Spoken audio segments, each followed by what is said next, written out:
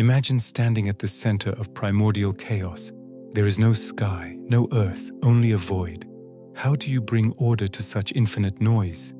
Ancient Chinese sages found the answer not in numbers, but in living symbols. They believed that our entire reality rests on the shoulders of four titanic entities. These aren't just myths, these are the four auspicious beasts, celestial architects who carved the world into north, south, east, and west. In the west, we're used to the zodiac, but this system runs deeper. These are the Xixiang, the four symbols, sacred guardians who are simultaneously the constellations in the night sky and the elemental forces within us. Today we journey to the four corners of the cosmos to understand why these creatures still rule the imagination of millions. Our journey begins where the light fades. The north, winter, midnight. Here in the realm of absolute stillness reigns Xuanwu, the Black Tortoise. But look closer. This is no ordinary reptile. His shell is the shield of the universe, and coiled around his neck in an eternal dance is a serpent. Why this strange union? Ancient legend says that tortoises were so pure they could not mate with their own kind, only with snakes. This is a symbol of the old yin, the ultimate union of opposites. Xuanwu was forged from pure energy before the first stars even flickered.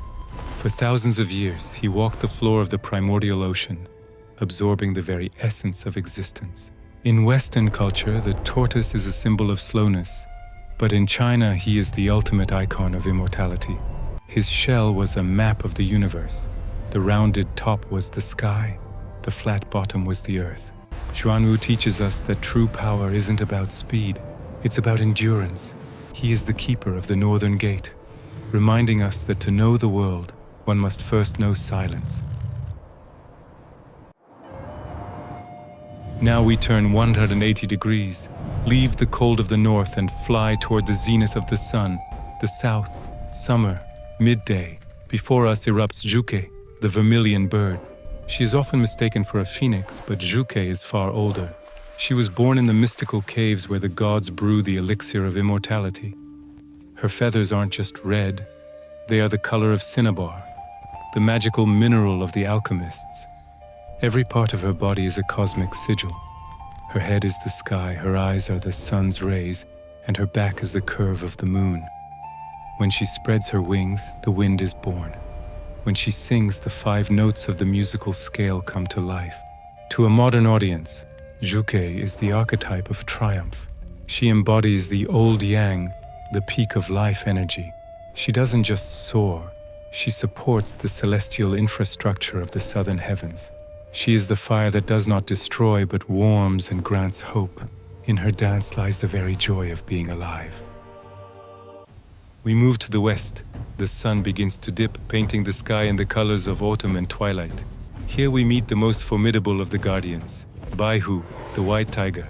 In Chinese tradition, the tiger, not the lion, is the king of beasts. Baihu is the symbol of metal, justice, and unyielding strength.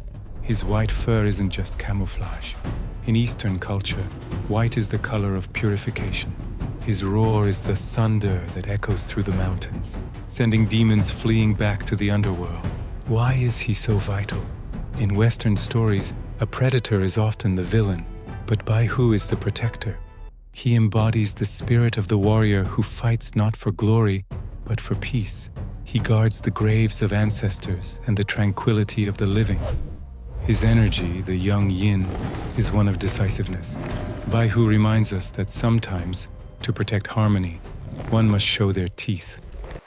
Finally, we return to the source, the east, spring, dawn. Emerging from the mist is Qinglong, the Azure Dragon. While the other beasts represent stability, Qinglong is pure transformation. He is arguably the most revered of the four. His body is woven from fog and scales the color of the ocean. He breathes the clouds, and his voice is the spring thunder that wakes nature from its slumber.